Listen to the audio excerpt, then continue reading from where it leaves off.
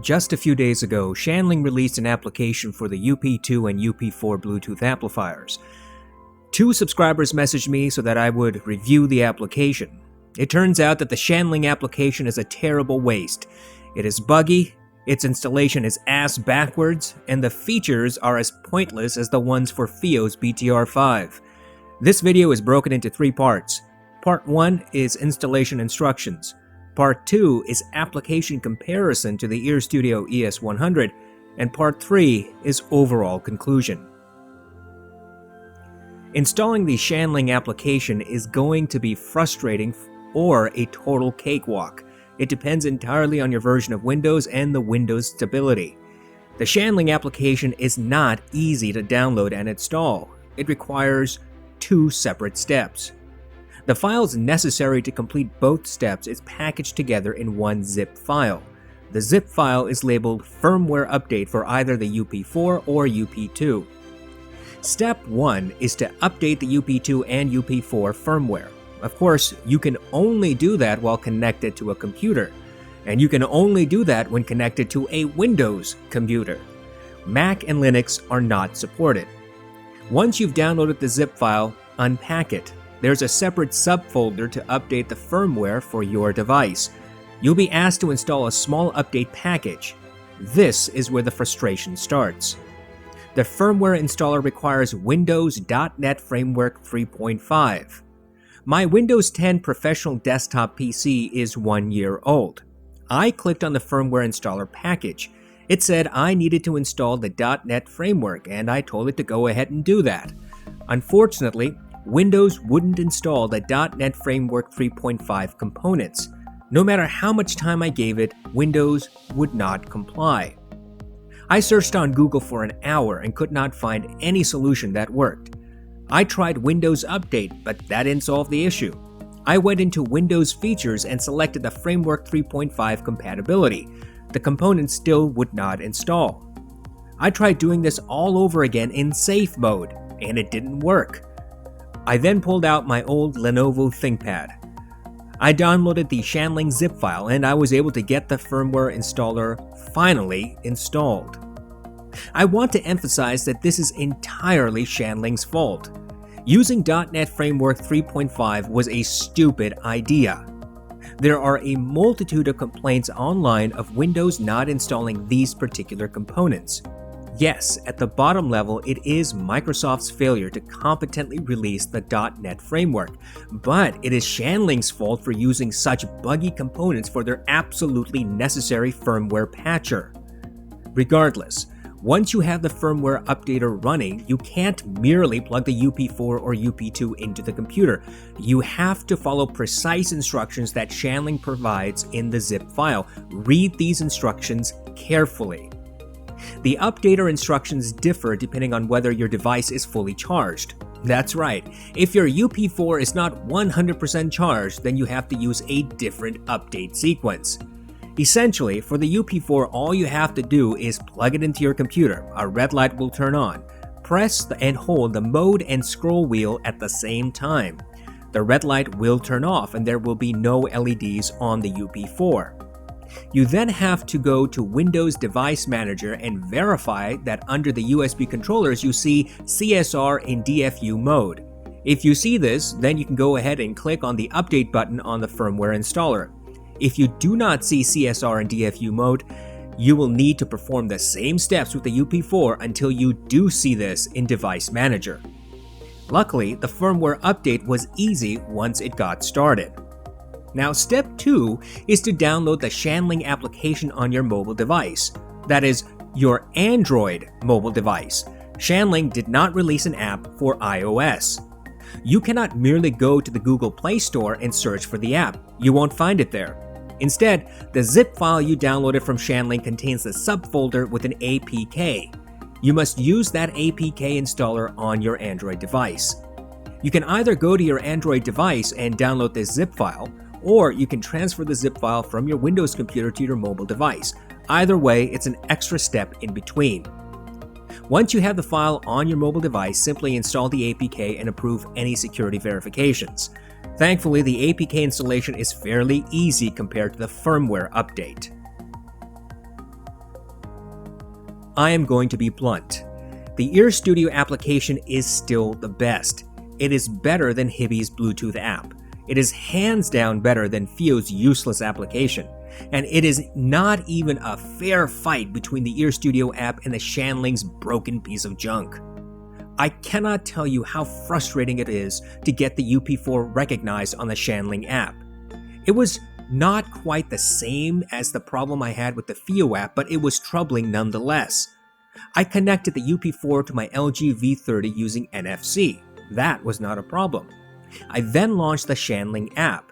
Initially, the application recognized that the UP4 was connected. I started playing around with the app. Then, when I changed the Bluetooth codec setting, the UP4 had to reboot. The Shanling application says that the reboot is automatic. That is, once you confirm the Bluetooth codec setting, the device will shut down and power up to reconnect, all without you having to interfere. Well, it didn't go as promised. The UP4 did restart, but it would not reconnect to the Shanling application. Upon restart, it immediately connected to my V30. I could still play music through it, but even though my phone was obviously connected to the device, the Shanling app thought it was not. I tried over and over again to get the application to recognize the UP4, but it wouldn't. I deleted and reinstalled the Shanling application 3 times. Unfortunately, every time I reinstalled the application, it had trouble recognizing the UP4. I honestly do not know what happened. After about 20 minutes of reinstalling the application, waiting for the app to find the device, telling the V30 to pair and unpair, and restarting the V30 twice, the Shanling app finally recognized the UP4. Once reconnected, I went back to the Bluetooth codec settings, and the settings I had changed had been coded to the UP4. This meant I had to reset the Bluetooth codec to default and risked going through the same connection nonsense. But it had to be done. So I reset the Bluetooth codec options to default. The UP4 rebooted. The Shanling app did not recognize the UP4 after it rebooted and connected to my V30. Then, suddenly, it did. You know what? Just don't change the damn Bluetooth codecs. Leave them at default. As long as you don't force the Shanling app to find the UP4 like this, you should be fine. But saying you'll be fine is misleading. You'll actually be disappointed. The Shanling app is a total shame. It does nothing better than the Fio app and instead copies the Fio app's awfulness. Compared to the Ear Studio application, the Shanling app is a complete waste of time. On the one hand, the Shanling app takes you directly to the first settings page for the UP4. The Fio app required you to go through several screens before you could do anything. So I suppose that is an upgrade. But that first page on the Shanling app is organized stupidly. We should have been given an option to control volume on the first page, but there is no option to do that. This was the same issue with the Fio app. But at least the Fio app had a volume slider on a different page. The Shanling app doesn't have a volume slider at all. Nowhere. On any page. There is indeed a slider on the first page, but it is for channel balance. It works, but the channel balance feature is subtle. Taking the slider to the extremes does not alter the balance as much as it should. This channel balance slider is where the volume slider for both the source and the UP4 should have been. Who the hell wants the channel balance slider up front and center? If you want to adjust channel balance that frequently, either your headphones or your Bluetooth device have a serious problem. The first page also has the codec menu. Skip it. Don't change a damn thing. You will regret it. The first page also has the gain setting option. This actually works fine, surprisingly. You'll get 3 options: low, high, and dual DAC mode boost. If you have headphones plugged into the 3.5mm output, you'll see all 3 options. However, if you have headphones plugged into the balanced output, the dual DAC mode option will disappear. The EQ menu is frustratingly bad. When you click on it, you get a big message saying you should play some music to hear EQ changes. Every single time. If you do not have audio playing, you will get this message. Look, I admit this is a very minor gripe, but frankly, there is no reason to have this message. The bigger issues are with the EQ functionality on the app, or in reality, the lack thereof. The EQ sliders for custom settings are sluggish, and you only get a 5-band EQ. That is a disgrace. Oh, and the sliders do nothing. I kept playing around with them, taking them to the extremes, and there was no sonic change at all. And yes, before some smart aleck asks, yes, I was streaming music at the time. I clicked on the presets, all of them, and none of them changed anything, not a single one. To test this, I changed EQ presets on the UP4 using the mode button, and yep, that definitely worked. The third page is dedicated to DAC filters. Thankfully, you don't have to restart the UP4 when you change the filter settings. You can do that on the fly. But you won't hear any difference. Maybe the problem was that I wasn't using $1,000 IEMs and streaming DSD 256 over LDAC. The last page is UP4's instruction manual, the same one available online.